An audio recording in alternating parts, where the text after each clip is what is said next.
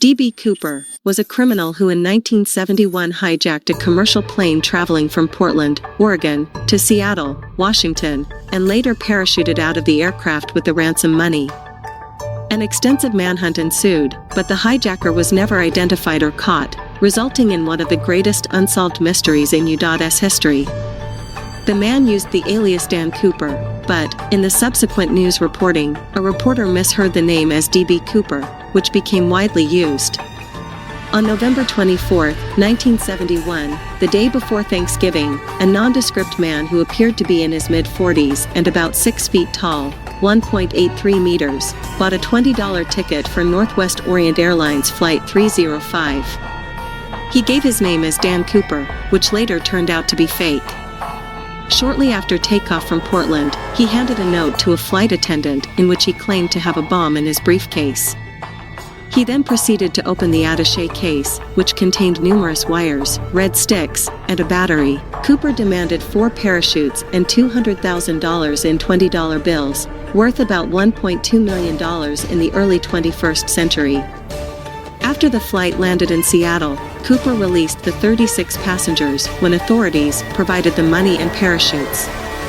However, he forced 2 pilots, a flight engineer, and a flight attendant to remain on the plane. After it refueled, he ordered the pilots to fly to Mexico City.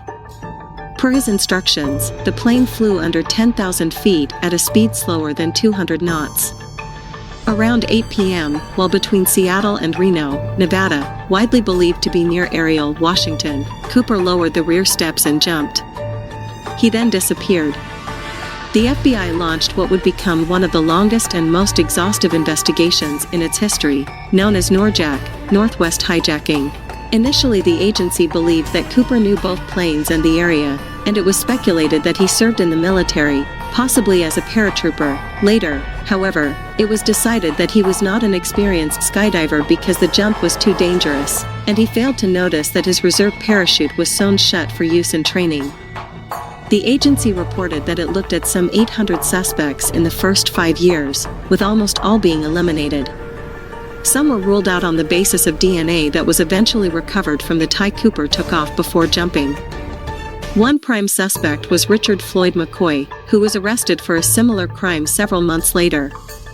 However, he was eliminated as a suspect, partly because he did not match the descriptions provided by 2 flight attendants. While serving his sentence, McCoy made a fake gun and escaped from prison, but was killed in a shootout with law enforcement. Many speculated that Cooper, who was outfitted in a business suit, trench coat, and loafers, did not survive.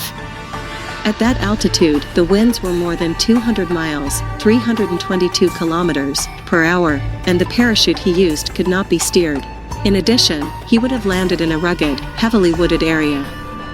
After years of dead-end leads, investigators received a break in 1980 when a boy found a decaying package containing $5,800. It was buried along the Columbia River, north of Portland and some 20 miles, 32 kilometers, from Ariel. The serial numbers of the money, all of which were $20 bills, matched those of the ransom. However, following an extensive search, nothing further was discovered.